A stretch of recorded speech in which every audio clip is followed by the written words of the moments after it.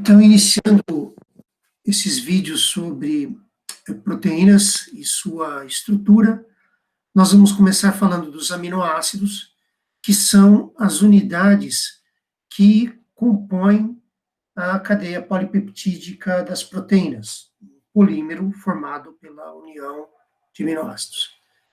Como definição de aminoácidos, nós poderíamos dar simplesmente uma descrição de sua estrutura.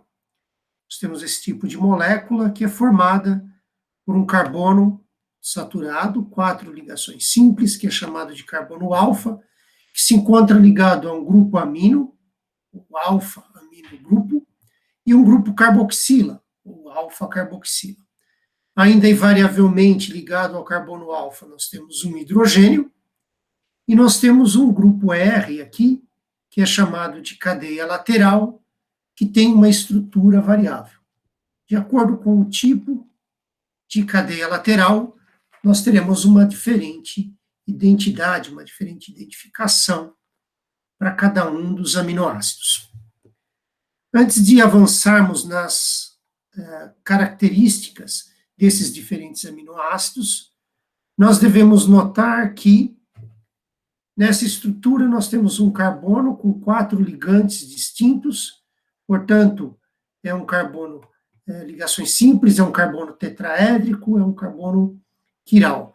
Portanto, existem 2 isômeros, a forma D e a forma L dessa molécula, desse aminoácido, dessa estrutura geral. Na estrutura de proteínas em seres vivos, nós vamos encontrar somente os L-aminoácidos. Como ilustração, aqui nós temos a estrutura de um isômero do tipo L, de um L-aminoácido, então agora sim representado com o carbono tetraédrico, que é aqui esse círculo aqui no centro, e projetado dele, na minha direção, está o hidrogênio, esse círculo menor. E aqui os 4 ligantes, então o carbono, os 3 ligantes, um carbono tetraédrico. Então, colocado nessa orientação, do meu ponto de vista, é como se eu estivesse no hidrogênio olhando para o carbono alfa, que está lá no centro, eu vejo no sentido horário os grupos carboxila, o grupo R, que é a cadeia lateral, e o grupo amino. Então, nessa configuração, frequentemente é chamada de CORN, C-O-R-N, carboxila, grupo R, N de grupamento amino, do nitrogênio, do grupamento amino. Então, nessa orientação, nessa configuração, o isômero do tipo L. Então, uma ilustração para como uma regra simples para a identificação desses isômeros. O importante, em proteínas, nós encontraremos apenas os L-aminoácidos. Um outro aspecto que será abordado em um outro vídeo é que o grupamento amino e o grupamento carboxila, por exemplo, carboxila, pode ocorrer em duas formas quando o aminoácido está em solução aquosa. O grupamento carboxila pode se encontrar protonado, como a carboxila, por exemplo, de um ácido acético, é um grupamento ácido, é um ácido fraco. Em água, nós temos um equilíbrio entre duas formas possíveis desse ácido fraco, desse grupo carboxila. Em equilíbrio, o estado desprotonado e o protonado. Então, tem propriedades de ácido e base, como é chamado esse grupo carboxila. A mesma coisa acontece com esse grupamento amino. Em solução aquosa, nós podemos encontrar em equilíbrio 2 formas desse grupamento amino, protonado, NH3, ou NH2, desprotonado, sem carga. Então, na estrutura desse aminoácido, em solução aquosa, nós podemos encontrar carga negativa ou carga positiva, ou eventualmente ausência de carga e ausência de carga, nesses 2 grupos, carboxila e grupamento amino. Então, a gente vai discutir isso ainda em um vídeo à parte, aqui simplesmente para lembrar que existe essa propriedade. Nós vamos nos concentrar agora em olhar os aminoácidos padrão, que são aqueles que ocorrem em proteínas, quanto às características desse grupamento R aqui, que é a cadeia lateral. Então, repetindo, nós temos uma porção invariável no aminoácido, que é composta pelo carbono alfa, o grupamento amino, o carboxila e o hidrogênio, e a identificação será dada quanto ao tipo de cadeia lateral, ao tipo de porção variável. Então, vamos passar a essa grande divisão em 3 grandes classes dos aminoácidos padrão, dos 20 aminoácidos padrão, quanto ao grupamento da cadeia lateral. Então, o primeiro grupo que nós vamos abordar é aquele dos aminoácidos que tem a cadeia lateral apolar ou não polar. Como exemplo, nós estamos mostrando aqui o aminoácido alanina. É o primeiro, desculpem, o segundo que aparece aqui nessa tabela. Nós temos uma nomenclatura para os aminoácidos. Então, a sua identidade de acordo com a cadeia lateral. Então, alanina, um grupo CH3, glicina, o mais simples de todos, um hidrogênio, valina, esse hidrocarboneto alifático aqui, ramificado. Então, os nomes. Adiante, nós teremos outros aminoácidos desse grupo, que são os não polares. E, como eu estava dizendo, ok, então, seus nomes, glicina, alanina, e nós temos uma identificação de acordo com 3 letras, siglas com 3 letras, ou com uma letra. Essas abreviações são muito práticas quando for necessário, por exemplo,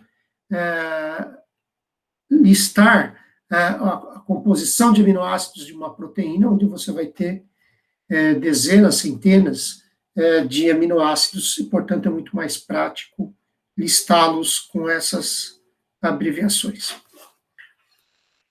Naturalmente, vocês não precisam memorizar todas essas abreviações que estão colocadas aqui, mas aos poucos, à medida que vão lendo, acaba se tornando prático e conseguindo identificar, e naturalmente, se vocês lerem bastante a respeito de proteínas, vocês vão acabar memorizando pelo menos algumas dessas abreviações. Então, eu estava me focando inicialmente na alanina, que tem esse tipo de cadeia lateral, um grupo CH3, como eu tinha colocado aqui. Então, para nós termos uma ideia mais clara da estrutura desse aminoácido, alanina, então nós temos aqui o carbono alfa, o hidrogênio, o grupo amino e o grupo carboxila. Então, temos a sua representação aqui e temos essa forma construída com o raio de Van der Waals de cada um dos átomos, que nos dá uma ideia da forma dessa molécula, desse aminoácido, que está sobreposta sobre a estrutura. Então, carbono tetraédrico, seus 4 ligantes, essa porção que eu já descrevi para vocês é a porção invariável, esse é o carbono alfa. E aqui nós temos a cadeia lateral. Um hidrocarboneto simples, alifático, um carbono, um grupo metil, que é a cadeia lateral da alanina. E nós temos outros aminoácidos dentro desse grupo dos que tem cadeia lateral não polar. Como, por exemplo, a leucina, vejam a cadeia lateral, um hidrocarboneto alifático com ramificações. Isoleucina, cadeia lateral não polar. Metionina, uma cadeia lateral não polar. Esse enxofre que ocorre aqui, ele tem uma polaridade parecida com um dos carbonos que estão aqui vizinhos dele, e um volume também parecido com esses grupos metil. Então, a metionina com esse tipo de cadeia lateral colocada aqui dentro desse grupo dos aminoácidos não polares. Então, aí a identificação de acordo com a estrutura da cadeia lateral. Ainda dentro do grupo dos aminoácidos não polares, nós vamos encontrar a prolina. Notem que há uma característica interessante na cadeia lateral da prolina, que está aqui marcada em vermelho, que ela encontra-se, é um hidrocarboneto também, mas se encontra ligado covalentemente ao grupamento amino, formando esse anel aqui. É o único aminoácido em que a cadeia lateral se liga a uma porção, no caso, o grupamento amino, da porção invariável. Aqui nós temos a prolina, então, o carbono alfa, o carboxila, o grupo carboxila, grupamento amino, hidrogênio, porção invariável, e aí a cadeia lateral aqui, que é aquela cadeia carbônica, que se liga covalentemente no grupo amino, formando esse anel. É o único aminoácido que ocorre em proteínas que tem essa característica. Isso será importante adiante quando nós analisarmos a conformação, a estrutura espacial das proteínas. Ainda dentro do grupo dos aminoácidos não polares, nós temos aminoácidos como a fenilalanina e o triptofano, que têm cadeias laterais que são apolares e são aromáticas, tem anéis aromáticos aqui, como nitidamente a fenilalanina. Se olharmos aqui na estrutura da fenilalanina e depois vocês compararem com a da alanina, que eu havia colocado anteriormente, vocês vão ver o carbono alfa, o grupamento amino, a carboxila, e aqui se projeta a cadeia lateral. Vocês vão ver que ela também é apolar, mas muito mais volumosa do que a cadeia lateral da alanina, obviamente, que só envolve um único carbono aqui. Muito bem, vocês ainda, como tinham visto aqui na tabela, nós temos o triptofano dentro desse grupo, tem um grupo aqui, então, aromático, e notem que dentro dessa cadeia lateral ainda a gente tem esse grupamento aqui, ó, que envolve esse grupo amina, que tem propriedades de formação de ligações de hidrogênio. Portanto, notem que essa classificação, ela é, em algum grau, um pouco arbitrária, porque, naturalmente, a gente reconhece nessa cadeia lateral propriedades de um grupo não polar, mas há potencial para a formação de ligações de hidrogênio. Portanto, é importante ter em mente essas características, tanto da polaridade quanto dessa possibilidade da formação de ligações de hidrogênio, que elas serão importantes adiante, como eu já comentei no caso da prolina, na conformação da cadeia polipeptídica das proteínas. Então, dentro do grupo dos apolares, aqueles que têm cadeia lateral volumosa e aromática, colocados aqui. Agora nós passamos para uma outra classe, então nós delimitamos um grande grupo quanto à identidade da cadeia lateral. Agora nós vamos para um outro grupo que é de aminoácidos, que é aqueles que têm cadeia lateral polar, mas sem carga. Então, cadeia lateral polar sem carga. De novo, a porção invariável em preto e a cadeia lateral em vermelho. Então, nós temos serina, treonina, asparagina, vejam na cadeia lateral.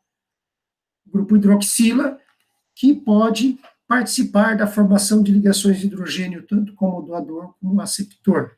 Aqui, de novo, aqui um grupamento amida, que tem propriedades de aceptor de ligações de hidrogênio e de aceptor e doador de ligações de hidrogênio nessa porção. Portanto, pode interagir, formar ligações não covalentes com a água facilmente, naturalmente, favoravelmente. E, portanto, se solubilizam muito bem em água. Essas características de solubilidade, de potencial de formação de ligações de hidrogênio serão importantes na formação na conformação das proteínas, como eu já mencionei. Ainda dentro do grupo dos aminoácidos com cadeia lateral polar não carregada, voltando, vamos aqui, eu tinha comentado da serina, e aqui nós temos a estrutura. Porção invariável aqui, mais embaixo, se projeta a cadeia lateral, um carbono, e aqui o grupo hidroxila. O volume do oxigênio, aqui do hidrogênio, pode-se formar ligações de hidrogênio por essa porção. Como eu estava dizendo anteriormente, ainda dentro do grupo dos polares sem carga, mais um aminoácido que tem um grupamento amida, que é a glutamina, a tirosina, com uma cadeia lateral que tem o hidrogênio aqui, desculpe, o hidroxila aqui, e a cisteína com esse SH também é polar. Como eu havia comentado anteriormente, dentro da classe, de uma classe, às vezes você observa propriedades de uma outra categoria. Aqui nós temos um grupo apolar aromático. De fato, se omitíssemos essa hidroxila aqui, nós teríamos exatamente a cadeia lateral da fenilalanina, que é um anel aromático sem aquela hidroxila. Então, é importante estar atento a essas propriedades. Essa classificação não é completamente rígida, é estanque. Notem ainda, aproveitando que estamos comentando essas exceções aqui, que em certos pHs muito altos, esse próton pode se dissociar dessa hidroxila e nós teremos carga negativa aqui. A mesma coisa nesse grupo SH, pode se desprotonar e nós teremos carga negativa aqui. Portanto, teremos um equilíbrio de formas protonadas e desprotonadas carregadas negativamente ou não. Isso a gente vai salientar de novo quando estivermos num outro vídeo falando dessas propriedades de ácido e base dos aminoácidos. Mas, então, novamente, embora estejam dentro dos grupos de polar não carregados, em pHs extremos, muito alcalinos, esses aminoácidos poderão sim exibir carga elétrica em sua cadeia lateral. E agora, então, passando para o grupo dos aminoácidos polares com carga na sua cadeia lateral, nós teremos aqueles que têm carga positiva e aqueles com carga negativa. Dentro dos de carga negativa, nós temos o ácido aspartico e o ácido glutâmico. Ambos têm na cadeia lateral grupos carboxila, que podem ocorrer desprotonados, portanto, com carga elétrica negativa. E dentro daqueles que têm carga elétrica positiva, nós temos a lisina, arginina e histidina, que têm grupos amino que podem ocorrer protonados ou desprotonados, e quando se encontram protonados, como aqui no caso da lisina, que eu estou circulando aqui, nós teremos um NH3 que tem carga positiva. Aqui também, e aqui também, na histidina e na arginina. Então, ainda essa opção é carga na cadeia lateral, que permite também a formação de ligações de hidrogênio com a água, no caso, com grupos que são carregados, inclusive, e permitem a formação de ligações eletrostáticas entre aminoácidos que compõem a cadeia polipeptídica de uma proteína. Por exemplo, um carregado negativamente e o outro carregado positivamente. Como eu já havia repetido anteriormente, essas interações não covalentes entre aminoácidos e dos aminoácidos com o solvente aquoso vão influenciar a conformação espacial das proteínas. Agora aqui nós temos a cadeia lateral da lisina, aquele grupamento amino que pode ocorrer na forma NH3, com carga elétrica positiva, então, aqui, na extremidade da cadeia lateral, que é um hidrocarboneto alifático, linear, sem ramificações. Aqui a porção invariável. E agora um que tem cadeia lateral, que pode ocorrer carregada negativamente, um grupo carboxila. Aqui está bem destacado, na cadeia lateral, e aqui a porção invariável, o carbono alfa, do aminoácido, ácido aspartico, no caso. Então, essas são as três grandes categorias quanto à cadeia lateral dos aminoácidos: não polares, polares sem carga e polares com carga elétrica. E, portanto, como eu já destaquei, essa classificação será interessante porque, de acordo com essas propriedades da cadeia lateral do aminoácido, nós teremos influência sobre a conformação espacial das proteínas.